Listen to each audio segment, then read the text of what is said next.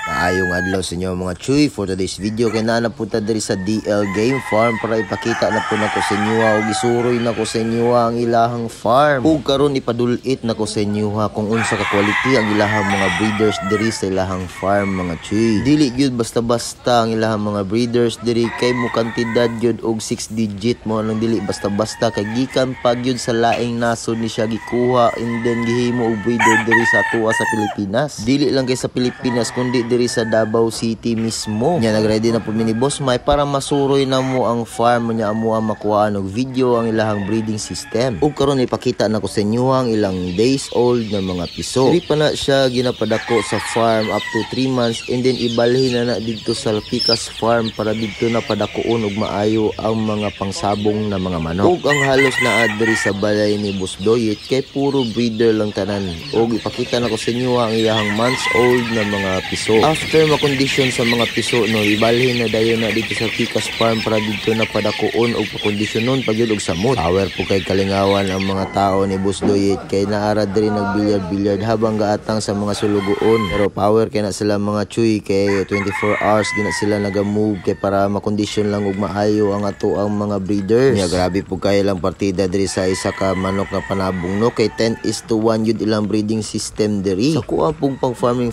murag dili gyud basta-basta po ning mag-farming og manok nga panabong mga chuy. Unya gisuroy na mo ni Boss Mike ang area diri sa may atubangan. Unya amo ang gitan-aw ang peacock. First time gyud ako nakita mga chuy nga ang peacock naara gyud sa tugkaran sa balay. Sayang lang no kay wala na to natungnan nang yang iko nga nagbukhad mo nang okay ra gihapon. Kay lutuan ta ni Boss Doyet og pinakalamian nga panihapon karon diri sa tugkaran sa iyahang balay. Sawa po na to damha mga chuy nga lami po day kaya mo luto si Boss Doyet. Og karon gisugdan na niya gluto ang pinakalamian nga lechon paksiw mga chuy habang nagahulat ang mga batos ni Boss Doyet. Grabe jud kayo ka solid ang ilang production diri mga chuy kay gikan pa lang sa itlog sa manok halos sold out na tanan mga chuy mo nang dili gyud basta-basta ang production ni Boss Doyet Lapido diri sa iyahang DL Game Farm. Og dili pa ni mao nga video ang inyo makita pohon mga chuy kay ipakita na ko sa inyo ang ilang klase-klase na mga breeders nga dili basta-basta. Og karon nagbukal-bukal na gyud ang lechon paksiw. Bukal-bukal